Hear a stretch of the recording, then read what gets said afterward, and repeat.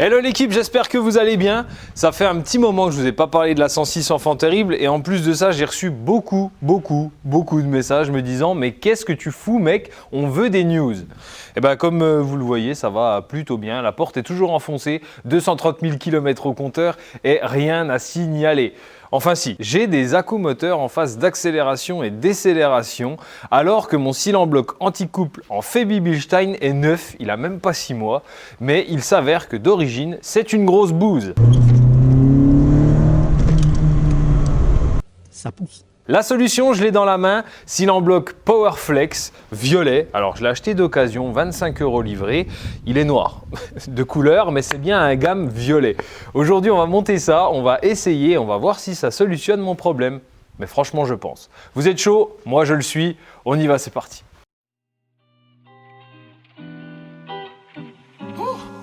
Yeah.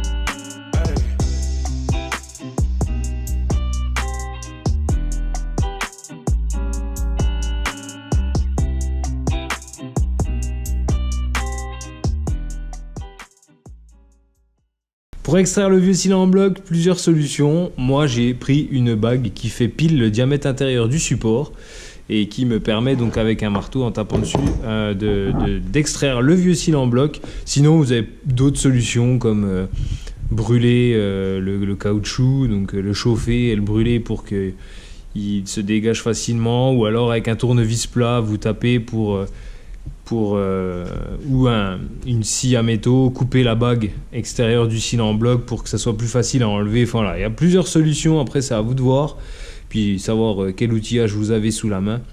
Mais en tout cas, moi, ça va plutôt pas mal.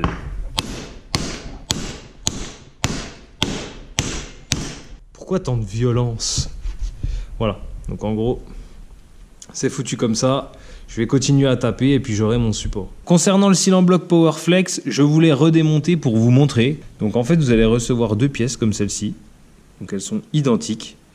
Et vous allez les insérer à l'intérieur du support. Donc une partie d'un côté, une partie de l'autre. Et une fois que vous aurez inséré les deux parties,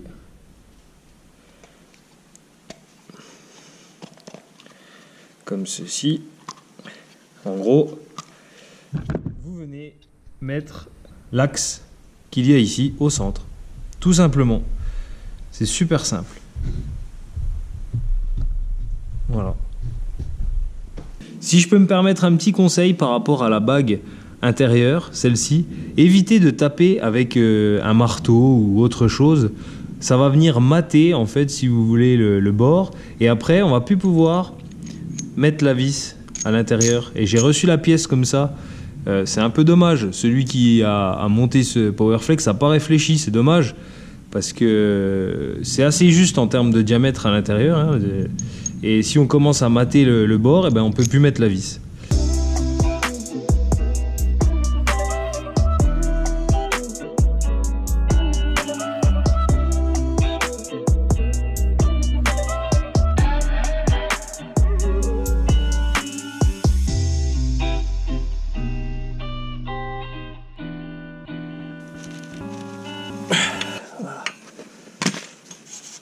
Ok les gars, on se teste ça ou quoi? Alors, première chose, on va checker ce moteur éteint, si les vitesses passent bien.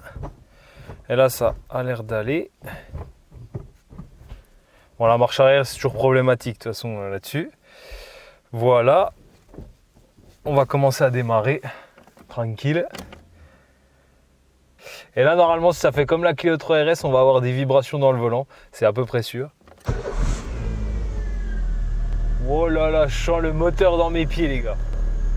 Pauvre Buzz l'éclair. Le sol semble pour le moins instable.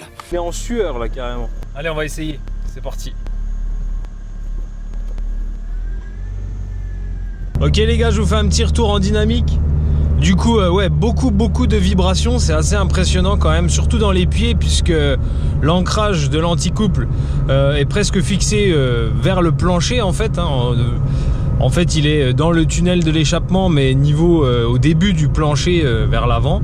Donc c'est assez bizarre au début quand même, je vous cache pas. Mais à côté de ça, ça rend le passage de vitesse tellement fluide et tellement plus simple. Beaucoup moins de latence au niveau de la réponse moteur également, puisque en fait vous avez plus de basculement du moteur. Donc tout de suite vous avez le couple disponible, on va dire, enfin le couple, ce qu'il en reste. Mais ouais, beaucoup moins de latence moteur, beaucoup plus de répondants en fait. Et c'est vraiment appréciable.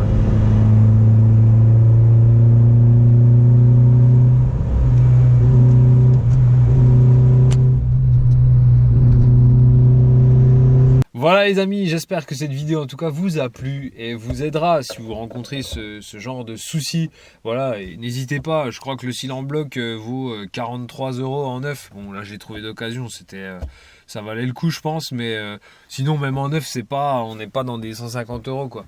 Et vous avez vu, la manip est quand même super simple. Donc n'hésitez pas, je pense que c'est valable comme modif en tout cas. N'hésitez pas à partager, liker, commenter, vous savez, hein, vous connaissez la chanson comme d'habitude. Et puis moi j'espère vous retrouver très vite. Prochain épisode, je pense que ça sera la 4L, ça se précise, je vais travailler très souvent dessus.